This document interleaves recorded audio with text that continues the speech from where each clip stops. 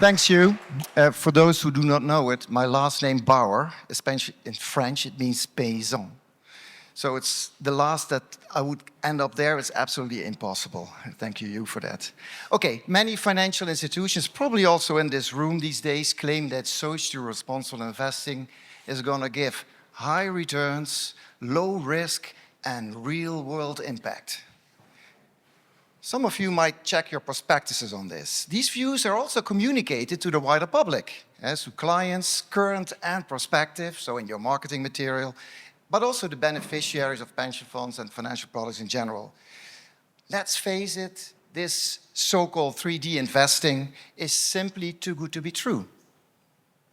In equilibrium, as economists say, there must be some trade-offs over there. And I will not discuss this in this talk, but I just want to start with this to make clear that all the individuals that buy your products that are pension fund beneficiaries face these trade-offs. And they need to make decisions in those trade-offs, and you need to help them with that. So what I've done in the past few years, completely contradictory to what I've done in the 20 years before that, namely asset pricing studies, finance, asset pricing, and what the impact of ESG is. I've worked in the past few years on eliciting, measuring preferences and beliefs of individuals who are consumers of financial products. Oh, closer? Sorry for that. So what actually is the difference between a preference and a beliefs is one of the first questions you can ask yourselves. So if you go to some dictionaries, it says preferences reflect what someone values or desires and are based on the expected utility that results from a particular outcome. So there may be a conflict of interest if my pension fund makes certain decisions, the board makes these decisions, these board members have certain preferences, they don't ask me, and then the question is, do I get a utility out of that, and how big is the utility? Beliefs, on the other hand, refer to a person's subjective expectation or perception, especially in situations involving uncertainty. You know, what is the impact of climate change on whatever in the future, and how do we measure that? So on my first slide, I have to go a bit to the side, you see, no, the previous one, yes, the previous one. You see the biblical parable of the Good Samaritan from the Gospel of Luke. We just discussed, I have 4 first names, which means I'm Catholic. Did the Good Samaritan over here actually have a strong intrinsic pro-social motivation to help the wounded stranger? You could ask yourself. Or did he help mainly because it made him feel good? He got a warm glow out of it, a more selfish motivation. Or perhaps the Samaritan felt that he had to help because it was the social norm, just like you pay taxes, more or less. 3 different motivations or preferences, motivations. But maybe you see some people looking at the back, because these people were watching, the Samaritan simply wanted to build a good reputation for himself. He had a business, so there may have been a financial incentive to do this, one that could benefit his own trade.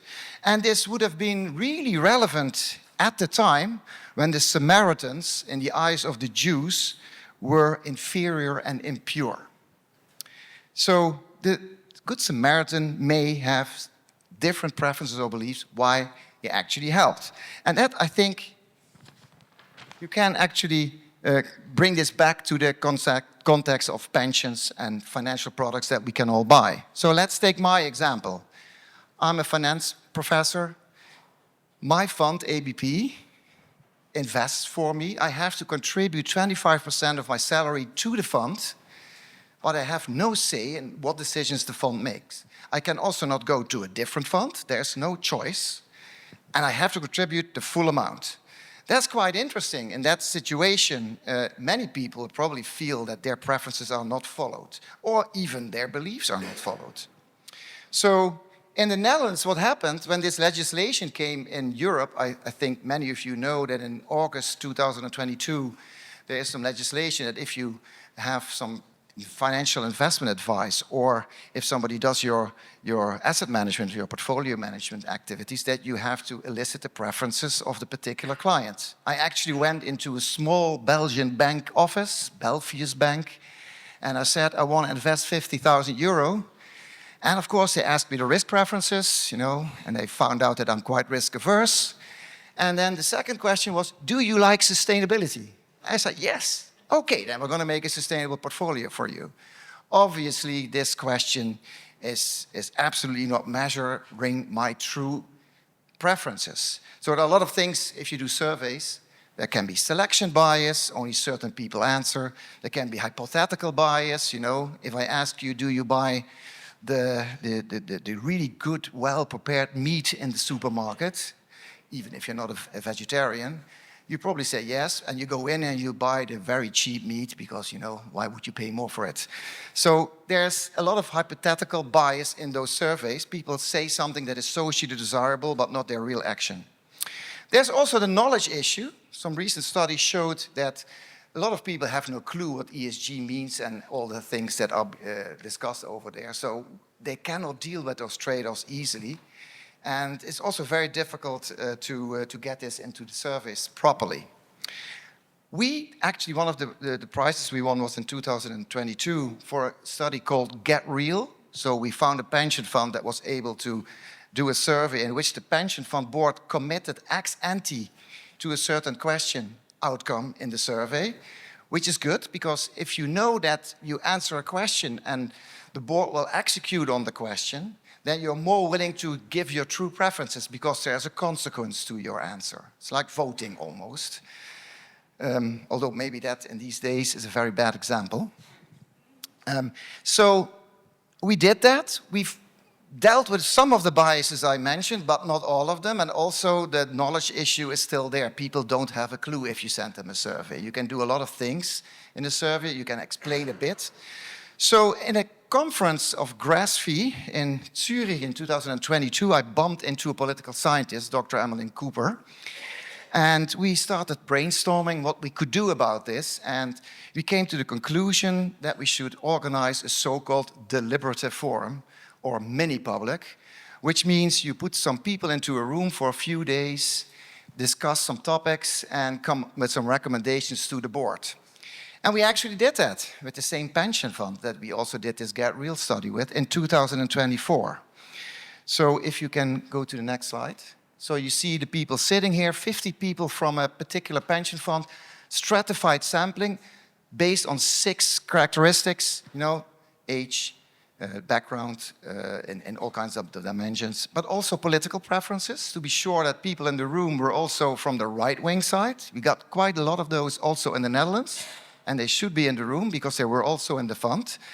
And they started discussing with each other. And what is really cool about this forum, that the first person that came in was a 63-year-old, roughly, guy, comes in and said, I'm not sure what I'm doing here. I really don't like the topic. It's all bogus. But yeah, let's just check out. And we got some free food. And then the second person that came in was a 20-year-old student that worked also in a bookshop and therefore had an entitlement on the pension. She said, oh, great, sustainability, fantastic. I'm really looking forward to those 3 days. After 3 days, the first person goes out and essentially says, I still think it's bullshit, but I learned a lot and there's something in this discussion. We have to be careful with this and that and that. I spare you the details. Whereas the Green Party lover and the person that said, I really like it, said, okay, we have to be careful. We also want to get a return out of this. So imagine when you go to a voting booth, you go in and you vote most of the times with your belly. But if you would be forced to go to the voting booth after 3 days and then vote, I think there would be a different outcome of many elections in France, in the Netherlands, and even in the US. So this is what we did. And if you go to the next slide very briefly, I just want to summarize it. There were 3 days. The 50 people that were in there, they were all paid. They were paid as much as they would have earned in their day job. They would also get childcare, etc., so they could go there freely. And the first day, they got some experts coming in that gave some independent views on what you could do, what is a pension, what is investing. This can all, you don't have to make pictures. You can all download this from the pension website that if you want to know, you can just ask me an email, send me an email. The second day, they could ask their own experts. So not provided by the organization of the deliberative forum, which was me and Emmeline Cooper, but also others. They could just say, and I know one of the people is even in the room that was over there. So that was the second day. And then they also started working on, in groups of 8 people with independent chairs. The fund itself was not involved in the organization of the deliberative forum. They only came in once. And the one thing they said was, we have trade-offs. So that's also very important. It was not steered into a certain direction. So what we then did is, if you go to the next slide, is essentially 2 things. We did a survey during that forum with 50 people. You see, we asked them at the beginning, that it's a light blue, what are your preferences regarding sustainable investing? And you see some of them had no opinion, some of them did not want to do this at all, only if it brings me a profit, a middle group. And you see in blue that the so-called deontological way of looking at things was very large at the beginning, but at the end it sort of switched to consequentialist. What is the difference? The deontological way of looking at sustainable investing essentially means I don't want to invest in something that I don't like the weapons that were mentioned. I don't want to invest in weapons and therefore I don't invest in it. Whereas the consequentialist way of looking at this topic is more like, okay, I want to create real impact. Additionality, intentionality was also mentioned by Crystal before. So after 3 days of deliberation and these were all individual surveys for these 50 people in the room, we saw a switch into that direction.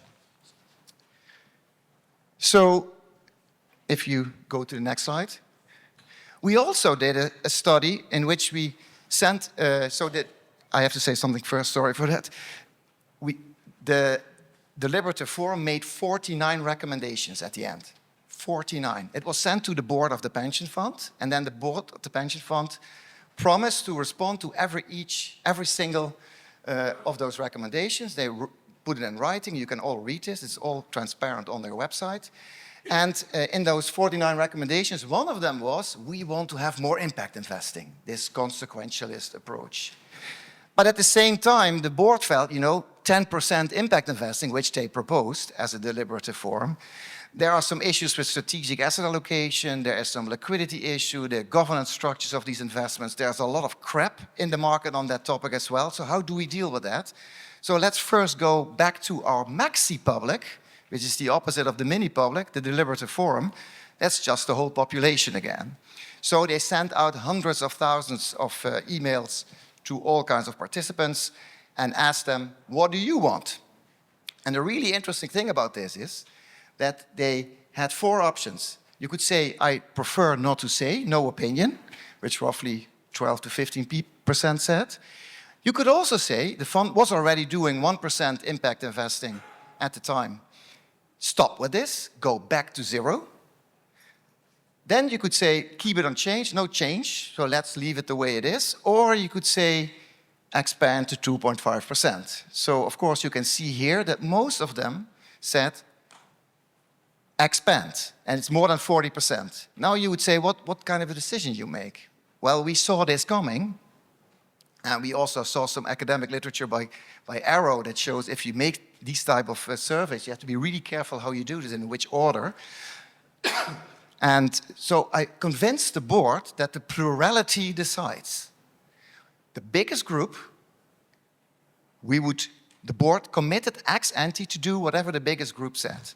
And the biggest group said, we expand to 2 to 5. So the board last week, you got a sort of a primer over here, decided we go for 2 to 5%. It's in the minutes of the board meeting. The regulator has seen it now. So it's decided. There are 2 other questions that they committed to. Where should we do this? Where should we do impact investing? And which topic should we focus on?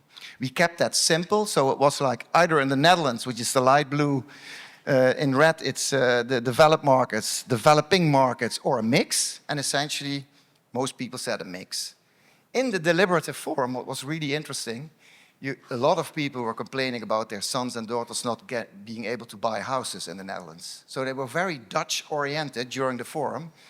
But in the maxi public, the whole population, they were a bit more nuanced. Although you see there's a big number of people that also wants to just invest in the Netherlands. But still, the plurality decides, and it's bigger the mix, so they were going to do this in a mix.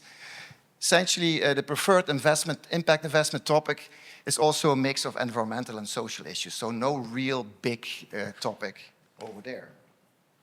Completely. So now you might ask, who is actually saying expand, and what are the characteristics of the people who said, let's go for it? I can give you some information, but you have to read the paper that we will publish soon to get more detail. But for instance, people with higher measured pro-social preferences said, of course, yes to this. And we measured that in different ways, and you can read that in the paper. Also, people who have higher expected returns beliefs said yes to it. So if you think this brings me an extra buck, of course you say yes. That's funny, because I did a study also 2 years ago where a mutual fund with an index with sustainability screening on top of it was provided to a group of people. Let's say the half of this room got that information.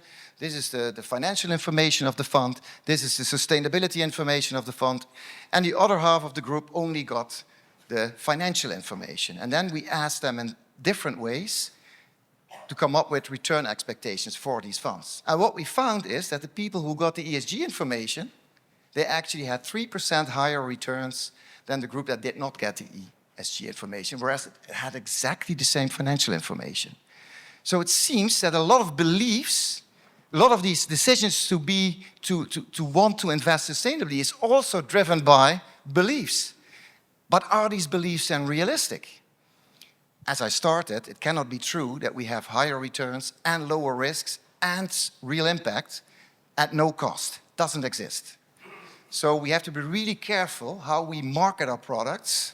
That's more a lesson to you, to people, that you explain well what's going on.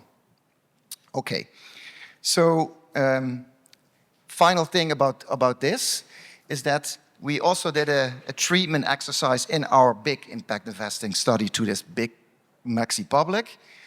Half of the people got information that there was a deliberative group coming to the conclusion that there should be more impact investing, and the other group just got a question, do you want more impact investing? So they did not get that information. And we saw that the group that got the information that there was a deliberative forum coming to this conclusion had a much higher outcome than this other group. So it seems that they trust their peers, that if they know that they were working for 3 days on this topic, way more than just the fund itself.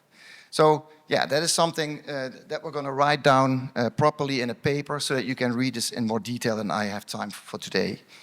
So after this mini pillar concluding, I'm going to round up. Members report improved knowledge of investing and sustainable investing. Preferences shift from deontological to the consequentialist investing. They really want to have impact. These pension members vote in favor of increased impact investing. And the mini public recommendations translate to the maxi public decisions, so they are connected to each other, which, and that's the title of my talk, to some extent democratizes finance. And I think we have to think about, I mean, we cannot from the top to the down only really change something. I think somehow we need to also have bottom-up exercises. We have to be careful about knowledge, we have to be careful about all kinds of biases that exist. But in the end, both of them have to be involved if we want to really change something. Thank you very much.